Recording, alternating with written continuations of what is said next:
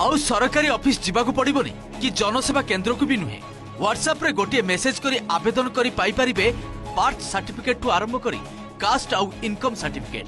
काहाकू हाथ गुंजा टंकाटे देबाकू पड़िबोनी आउ निर्धारित समय रे भी पाई परिबे सेवा। सेथिपई आमो साथी यूनिफाइड व्हाट्सएप चैटबॉट रो लोकार्पण करिसंती मुख्य शासन सचिव।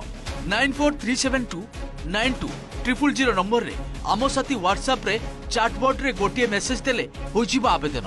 बड़ कथा हला एही चैटबॉट रे आवेदन करिथिबा सेवा जदि निर्दिष्ट समय रे सीमा भितरे न मिले ताहेले दायी अधिकारी विरोध में कार्यानुष्ठान मध्य नेबे सरकार।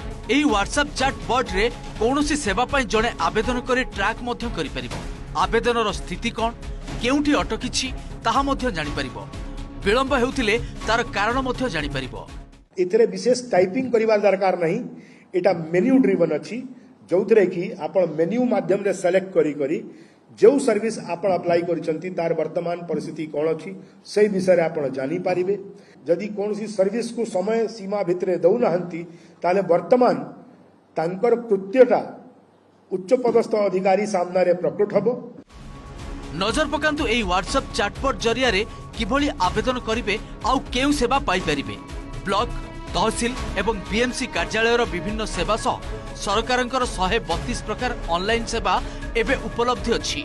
इनकम कास्ट आउ रेसिडेंट सर्टिफिकेट जमी किणाबिका बाबद समस्त सेवा सह जन्म मृत्यु आईनगत उत्तराधिकारी बासस्थान एवं आय प्रमाणपत्र ड्राइविंग लाइसेंस फर्टिलाइजर लाइसेंस आंतर्जातीय विवाहरु लाभ जातीय परिवार योजनारु लाभ भली बहु सुविधा सहजरे पाई परिबे।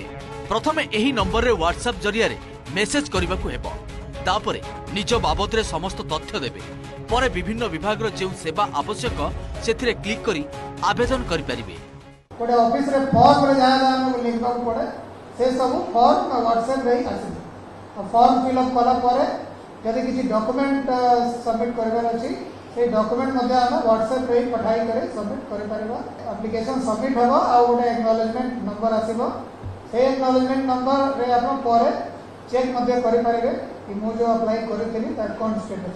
तहसील कार्यालय हो किंबा पुलिस सेवा हो किंबा कौन जमी जमा को लेकिन सुविधा हो विभिन्न प्रकार जाति प्रमाण पत्र किंबा आय प्रमाण पत्र जो कौन प्रमाण पत्र घरे बसी आम मोबाइल माध्यम रे व्हाट्सएप रे डॉक्यूमेंट सेंड करी तार स्थिति एवं से सर्टिफिकेट मध्य पाई परिबा।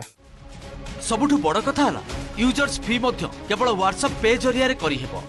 एही चैटबॉट रे ओडिया रे मेसेज करी आवेदन करि हेबो।